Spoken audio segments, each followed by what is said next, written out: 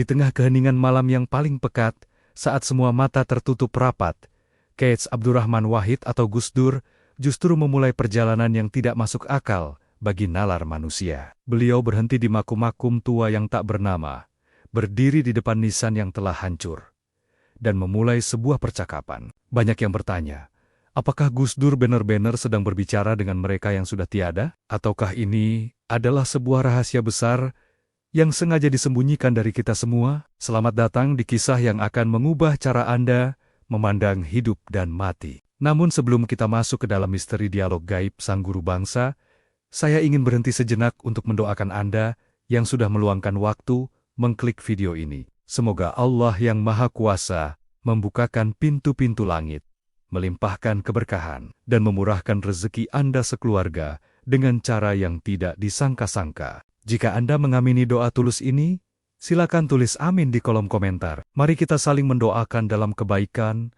agar keberkahan video ini mengalir juga kepada Anda. Kisah ini sangat berharga dan tidak banyak orang yang mengetahuinya secara utuh. Oleh karena itu, saya mengajak Anda untuk menjadi bagian dari perjalanan dakwah dan sejarah ini. Dukung terus channel ini, agar kami bisa terus menyajikan kisah-kisah inspiratif para waliullah. Caranya sangat mudah dan gratis. Silakan klik tombol subscribe dan aktifkan lonceng notifikasinya sekarang juga. Sekarang, mari kita buka tabir misteri itu. Kita mulai dari sebuah hutan jati yang sunyi di pinggiran Jawa. Malam itu, langit di atas tanah Jawa tampak lebih pekat dari biasanya. Angin berhembus rendah, membawa aroma tanah basah dan sisa hujan sore hari. Di dalam sebuah mobil yang melaju, membelah kesunyian jalanan pedesaan yang sepi. Sosok itu duduk tenang, K.H. Abdurrahman Wahid, atau yang akrab kita sapa Gus Dur, sedang memejamkan mata. Namun, siapapun yang berada di dekat beliau tahu bahwa saat Gus Dur memejamkan mata, batinnya sedang menjelajah jauh melampaui apa yang bisa dilihat oleh mata lahiriah. Di kursi depan, ajudan dan sopir sesekali saling pandang. Mereka sudah terbiasa dengan keheningan ini. Namun malam ini terasa berbeda. Ada tekanan udara yang terasa lebih berat, seolah alam sedang menahan napas, menyambut sesuatu yang akan terjadi. Tiba-tiba, suara serak namun tegas keluar dari bibir Gus Dur.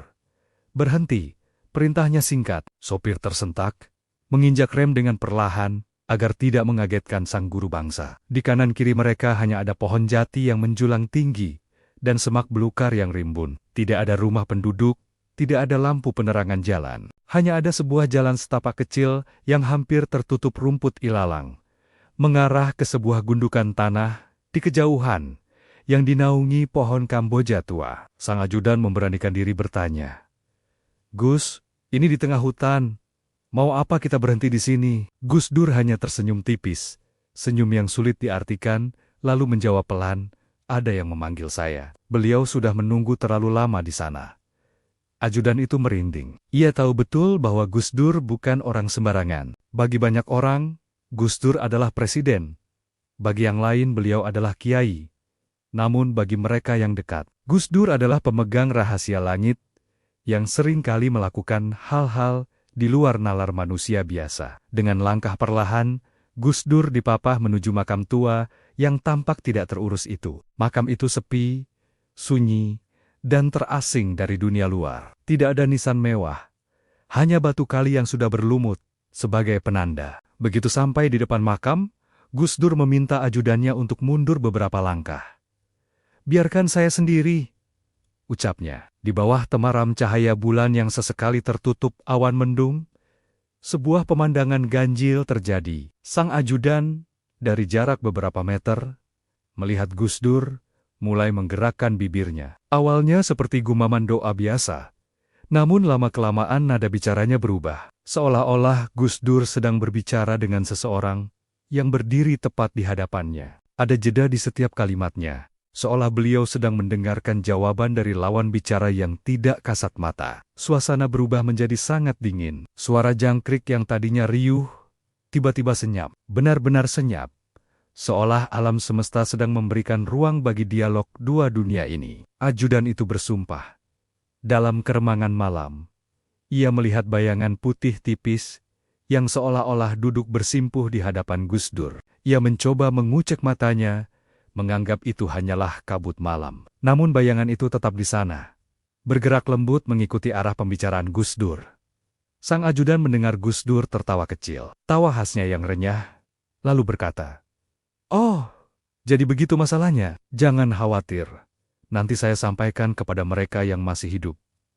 Siapa yang diajak bicara oleh Gus Dur? Siapa penghuni makam tua yang namanya bahkan tidak tercatat di buku sejarah desa setempat? Bagi orang awam, fenomena ini mungkin dianggap sebagai hayalan atau cerita yang dilebih-lebihkan. Namun dalam dunia spiritualitas Nusantara, apa yang dilakukan Gus Dur adalah sebuah bentuk komunikasi batin yang disebut dengan muwajahah. Beliau tidak sedang berbicara dengan tulang belulang, melainkan berinteraksi dengan ruh yang masih hidup di sisi Tuhan. Gus Dur sering mengatakan bahwa orang mati itu sebenarnya tidak mati. Mereka hanya berpindah alam, dan seringkali lebih tahu tentang kebenaran daripada mereka yang masih sibuk dengan urusan duniawi yang penuh tipu daya. Malam semakin larut, namun Gus Dur tampak semakin asyik dalam dialog tersebut. Ajudannya mulai merasa gelisah karena waktu sudah menunjukkan pukul 2 dini hari. Namun, ia tidak berani memutus momentum sakral tersebut. Ia melihat Gus Dur mengangguk-angguk. Wajahnya tampak serius, lalu sesekali berubah menjadi haru. Seolah-olah ada pesan rahasia yang sangat berat yang sedang dititipkan oleh sang penghuni kubur kepada beliau. Pesan tentang masa depan bangsa, tentang konflik yang akan meletus, atau mungkin tentang keselamatan rakyat kecil yang selalu menjadi perhatian utama Gus Dur. Setelah hampir 1 jam, Gus Dur akhirnya mengakhiri dialognya dengan sapuan tangan ke wajah, tanda selesainya sebuah percakapan. Beliau meminta dipapah kembali ke mobil. Sepanjang perjalanan pulang, Gus Dur tidak mengucapkan sepatah kata pun. Beliau kembali memejamkan mata. Namun kali ini raut wajahnya tampak lebih lega. Sang ajudan yang sudah tidak tahan lagi, bertanya dengan suara bergetar, "Gus, tadi itu siapa? Dan apa yang dibicarakan?" Gus Dur hanya menjawab dengan kalimat yang hingga kini masih menjadi misteri. Dia adalah salah satu penjaga tanah ini yang terlupakan. Dia memberitahu saya bahwa akan ada badai besar datang. Tapi kita bisa melewatinya jika kita tidak kehilangan rasa kemanusiaan. Cerita ini barulah awal apa yang didengar Gus Dur di makam tua itu ternyata berkaitan erat dengan sebuah peristiwa besar yang akan mengguncang negeri beberapa hari kemudian. Sebuah pesan dari masa lalu yang menjadi kunci keselamatan di masa depan. Banyak yang bertanya-tanya, apakah dialog itu nyata atau sekadar cerita karangan untuk mendewakan sosok beliau? Namun bagi mereka yang menyaksikan langsung, bagaimana instruksi ajaib, Gus Dur seringkali menyelamatkan bangsa dari perpecahan. Jawaban itu sudah jelas. Gus Dur adalah jembatan antara dunia yang terlihat dan yang tidak terlihat. Beliau adalah sosok yang mampu mendengarkan suara mereka yang sudah tidak lagi memiliki lidah untuk bicara. Episode ini hanyalah pembuka dari rangkaian perjalanan spiritual sang wali yang penuh dengan teka-teki. Karena setelah malam itu, perjalanan Gus Dur akan membawanya ke makam-makam lain yang lebih keramat, menghadapi tantangan yang lebih besar, dan membuka rahasia-rahasia yang selama ini terkunci rapat di dalam tanah Jawa. Siapakah sebenarnya sosok yang ditemui Gus Dur di tengah hutan itu? Dan apa hubungannya dengan peristiwa yang membuat para pejabat negara gemetar di kemudian hari? Misteri ini belum berakhir, karena dialog dengan penghuni kubur hanyalah salah satu cara Gus Dur untuk menjaga keseimbangan antara langit dan bumi. Bersiaplah, karena di episode selanjutnya kita akan melihat bagaimana pesan dari makam ini mulai menjadi kenyataan, satu demi satu, dengan cara yang tidak pernah dibayangkan oleh siapapun. Tutup mata Anda sejenak, dan bayangkan jika Anda berada di sana, di samping makam tua itu, mendengar desisan angin yang membawa pesan dari masa silam. Gus Dur telah membuktikan bahwa kematian bukanlah akhir dari segalanya, melainkan awal dari sebuah dialog panjang tentang kebenaran yang sering kali disembunyikan oleh mereka yang masih hidup. Dan pencarian kita akan jawaban dari pertanyaan, nyata atau sekadar cerita, baru saja dimulai. Setelah keheningan panjang di dalam mobil usai meninggalkan makam tua di tengah hutan itu, fajar mulai menyingsing di ufuk timur. Namun, ketenangan pagi itu segera pecah saat rombongan tiba di ibu kota. Kabar buruk telah menunggu di meja kerja sang presiden. Sebuah konflik besar sedang membara di ujung timur Nusantara. Sebuah perselisihan antar kelompok yang mengancam akan menumpahkan darah ribuan orang tak berdosa. Para jenderal dan menteri sudah berkumpul dengan wajah tegang, mendesak Gus Dur untuk segera mengambil tindakan militer yang tegas. Namun, di tengah hiruk-pikuk kepanikan itu, Gus Dur justru tampak tenang, seolah beliau sudah mengetahui setiap detail yang akan terjadi sebelum laporan itu sampai ke tangannya. Ajudan yang semalam menemani Gus Dur di makam sepi itu, terdiam di pojok ruangan. Ia teringat jelas kata-kata Gus Dur di tengah hutan. Ada badai besar yang akan datang. Ia mulai menyadari bahwa apa yang dianggapnya sebagai dialog khayalan semalam adalah sebuah peringatan dini yang nyata. Gus Dur tidak mendengarkan laporan dari intelijen manusia, melainkan dari intelijen langit. Di tengah perdebatan para pejabat yang saling berteriak tentang strategi perang, Gus Dur tiba-tiba mengangkat tangannya, meminta semua orang diam. Beliau tidak bicara tentang senjata atau jumlah pasukan. Beliau justru menyebutkan sebuah nama tempat yang sangat spesifik dan terpencil di wilayah konflik tersebut. Sebuah lokasi yang bahkan tidak ada dalam peta militer saat itu. Kirimkan utusan ke sana, kata Gus Dur pelan namun berwibawa. Temui seorang kakek tua yang tinggal di bawah pohon besar, dekat sumber mata air. Katakan padanya, bahwa titipan dari makam hutan jati sudah saya terima, dan sekarang waktunya dia melakukan bagiannya. Ruangan itu seketika hening. Para jenderal saling pandang, menganggap perintah itu adalah sebuah lelucon, atau tanda bahwa sang presiden mulai kehilangan akal sehatnya. Namun, Gus Dur bersikeras, beliau menolak menandatangani perintah operasi militer dan hanya ingin instruksi aneh itu dilaksanakan terlebih dahulu. Rasa penasaran mulai merayap di hati sang ajudan. Ia merasa ada benang merah yang sangat kuat antara sosok bayangan putih di makam semalam dengan instruksi Gus Dur kali ini. Secara rahasia, Gus Dur memanggil sang ajudan dan membisikkan sesuatu yang membuatnya gemetar. Kamu harus ikut dalam rombongan itu. Pastikan mereka tidak menyakiti kakek itu, karena dia adalah penyambung lidah bagi mereka yang sudah lama tiada. Perjalanan menuju wilayah konflik itu penuh dengan rintangan. Jalanan diblokade. Asap hitam membumbung dari bangunan yang terbakar, dan bau amunisi menyengat di udara. Namun, anehnya, rombongan utusan presiden ini seolah dilindungi oleh kekuatan yang tidak terlihat. Setiap kali mereka berhadapan dengan kelompok bersenjata, entah mengapa kelompok tersebut tiba-tiba mundur atau membiarkan mereka lewat begitu saja tanpa alasan yang jelas. Setelah menempuh perjalanan yang melelahkan, mereka akhirnya menemukan lokasi yang disebutkan Gus Dur.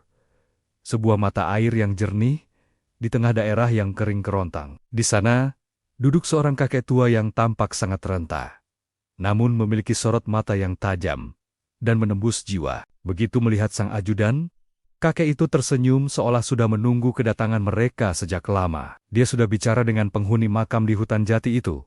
Ya, tanya sang kakek, sebelum ajudan sempat mengucap salam. Sang ajudan Teh Perenjaci, bagaimana mungkin orang di pedalaman ini tahu tentang peristiwa rahasia di tengah hutan jati, yang jaraknya ribuan kilometer dari sini? Kakek itu kemudian memberikan sebuah gulungan kain tua yang berisi tulisan Arab gundul yang sudah memudar. Ini adalah kunci perdamaian yang mereka cari. Bukan peluru, bukan emas, tapi pengakuan atas sejarah yang mereka lupakan.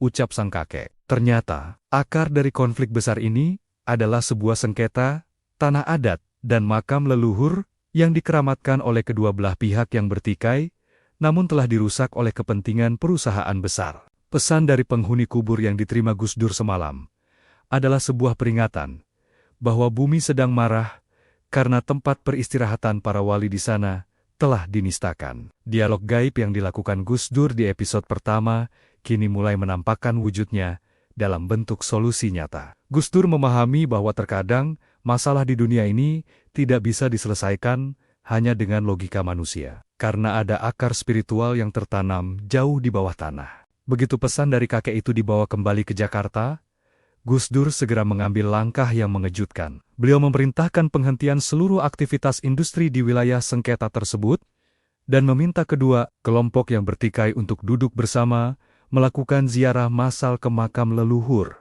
yang selama ini mereka abaikan. Banyak yang mencibir kebijakan ini. Mereka menganggap Gus Dur terlalu klinik dan tidak profesional. Namun, sebuah keajaiban terjadi. Begitu kedua pemimpin kelompok yang bertikai bertemu di depan makam leluhur tersebut, amarah yang tadinya meluap-luap tiba-tiba mereda. Ada rasa haru yang mendalam yang menyatukan mereka. Mereka menyadari bahwa mereka sedang memperebutkan sesuatu yang seharusnya mereka jaga bersama. Air mata tumpah di atas nisan tua itu.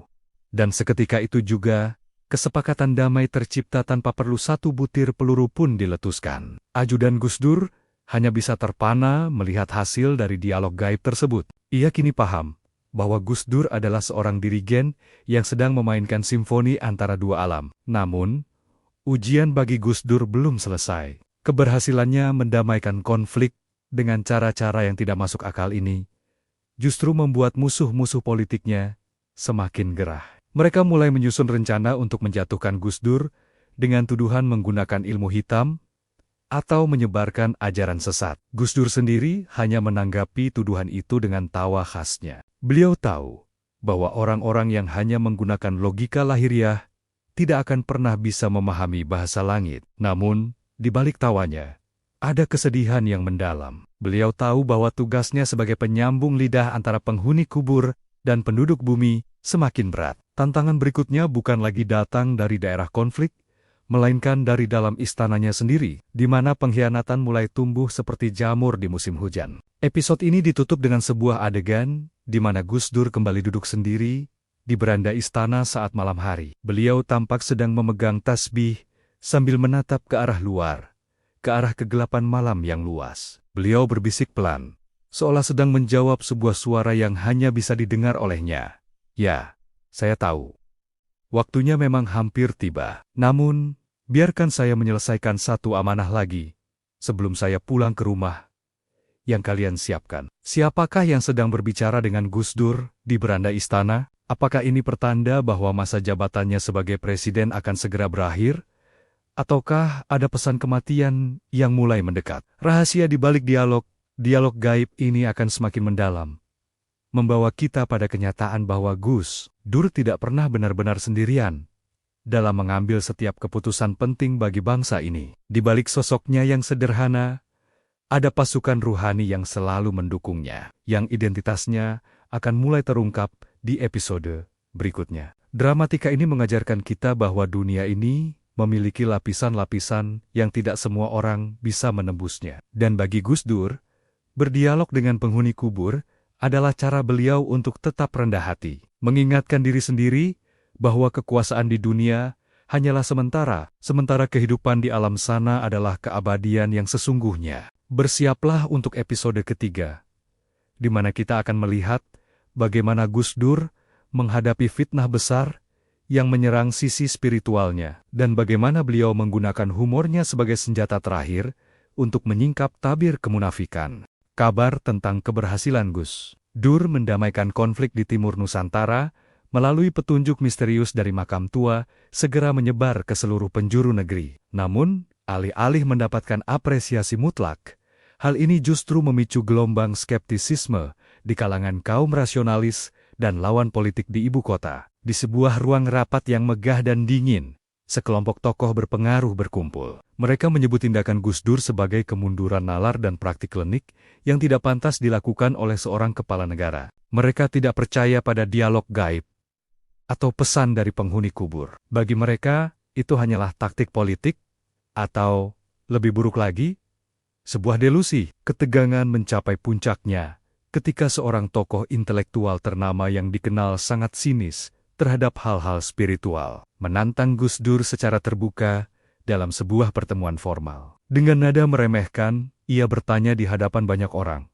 "Gus, di zaman teknologi dan satelit ini, mengapa Anda masih saja percaya pada bisikan-bisikan dari liang lahat? Bukankah itu hanya imajinasi yang Anda gunakan untuk melegitimasi kebijakan Anda?" Ruangan itu mendadak sunyi, menunggu ledakan amarah atau pembelaan diri yang rumit dari sang presiden. Namun, Gus Dur tetaplah Gus Dur.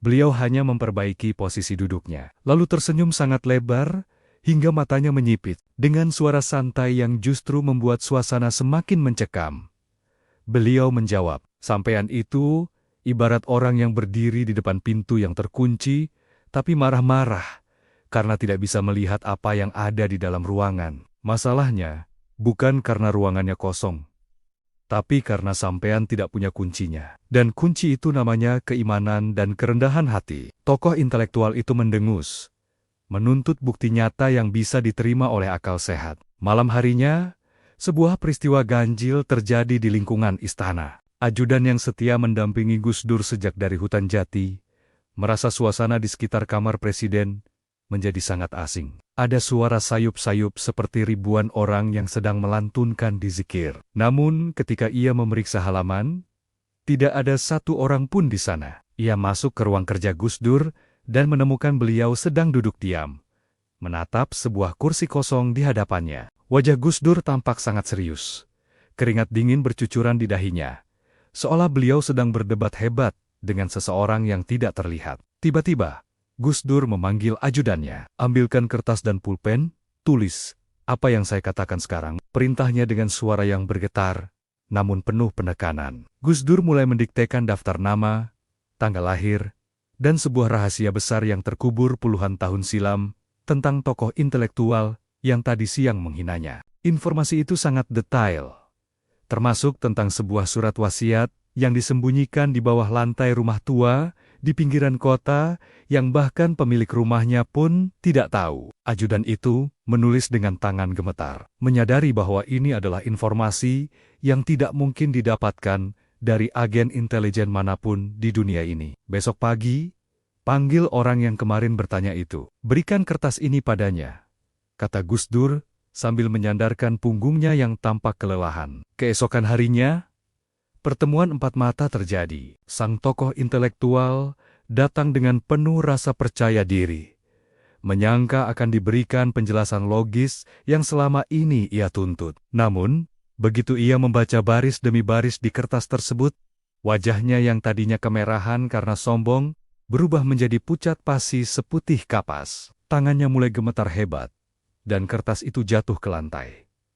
"Dari mana Anda tahu semua ini?" tanya tokoh itu dengan suara nyaris hilang. "Ini adalah rahasia pribadi keluarga saya yang bahkan istri saya pun tidak tahu. Ayah saya membawanya sampai ke liang lahat." Gus Dur hanya menjawab dengan tenang, "Ayah sampean itu orang baik. Tadi malam beliau datang kepada saya, merasa sedih melihat anaknya begitu sombong, sampai melupakan akar sejarahnya sendiri. Beliau menitipkan pesan ini, agar sampean tidak salah langkah dalam mengambil keputusan besar besok pagi." Tokoh intelektual itu jatuh terduduk.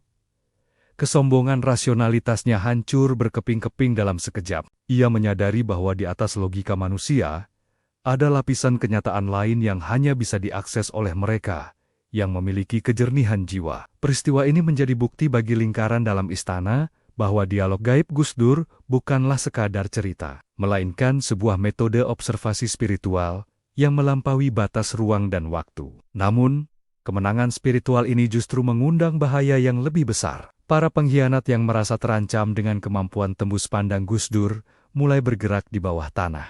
Mereka sadar bahwa mereka tidak bisa melawan Gus Dur secara terbuka. Maka mereka mulai menggunakan fitnah yang lebih keji. Mereka menyebarkan rumor bahwa Gus Dur sedang membangun pasukan gaib untuk mempertahankan kekuasaannya selamanya. Mereka memutarbalikkan ziarah-ziarah Gus Dur sebagai bentuk pemujaan berhala. Di sisi lain, Gus Dur justru semakin sering menarik diri ke dalam kesunyian. Beliau sering menghabiskan waktu berjam-jam di makam-makam kuno yang tidak ada dalam daftar wisata religi, seolah beliau sedang mempersiapkan sesuatu yang sangat besar. Ajudan Gus Dur mulai menyadari bahwa setiap dialog gaib yang dilakukan Gus Dur selalu memakan energi yang sangat besar dari fisik beliau. Wajahnya semakin letih, namun matanya tetap bersinar penuh rahasia. Suatu malam, di sebuah makam ulama besar di tanah Jawa, ajudan itu melihat Gus Dur menangis terseduh saat berdialog. Ini adalah pemandangan yang sangat langka. Selama ini Gus Dur selalu tegar dan penuh humor. "Kenapa Gus? Apa yang mereka katakan sampai membuat Anda menangis?" tanya ajudan itu dengan penuh rasa khawatir. Gus Dur mengusap air matanya dan menjawab dengan nada yang sangat dalam. "Mereka bilang, waktu saya di sini sudah tidak banyak lagi. Tapi mereka juga bilang, badai yang akan datang bukan lagi tentang konflik senjata, melainkan badai fitnah yang akan menyerang nurani bangsa ini. Saya menangis, bukan karena takut kehilangan jabatan atau nyawa, tapi karena saya melihat banyak orang yang akan kehilangan akal sehatnya demi mengejar dunia. Ajudan itu tertegun, menyadari bahwa dialog-dialog gaib ini bukan hanya tentang memecahkan masalah saat ini, tapi tentang melihat masa depan yang kelam yang sedang mengintai. Episode ketiga ini ditutup dengan pemandangan di gedung DPR yang mulai riuh dengan suara-suara penolakan terhadap kepemimpinan Gus Dur. Di saat yang sama, di sebuah pemakaman tua yang sunyi, Gus Dur justru sedang dikelilingi oleh cahaya rembulan yang seolah memeluknya. Beliau tahu bahwa ia sedang berada di antara dua dunia. Dunia manusia yang penuh dengan intrik dan pengkhianatan, serta dunia ruhani yang penuh dengan kejujuran dan kedamaian. Pertempuran antara logika sempit manusia dan makrifat sang wali telah mencapai puncaknya. Apa yang akan terjadi ketika fitnah tersebut benar-benar meletus? Dan pesan terakhir apa yang akan diberikan oleh para penghuni kubur kepada Gus Dur saat beliau berada di titik terendah dalam perjalanan politiknya? Rahasia ini akan terungkap di episode penutup, di mana kita akan menyaksikan bagaimana Gus Dur meninggalkan istana bukan sebagai seorang pecundang, melainkan sebagai seorang pemenang di mata alam semesta. Sosok yang tetap setia pada dialognya dengan mereka yang sudah tiada, demi menjaga mereka yang masih hidup agar tidak kehilangan kemanusiaannya. Simfoni mistis ini semakin mendekati akhir, di mana setiap potongan teka-teki dari episode pertama mulai menyatu. Dialog gaib itu bukan lagi sebuah pertanyaan nyata atau sekadar cerita, melainkan sebuah kenyataan yang mengubah cara kita memandang hidup dan mati. Bersiaplah untuk episode terakhir, episode di mana kita akan melihat perpisahan yang paling agung dan warisan spiritual yang tidak akan pernah bisa dihapus oleh waktu.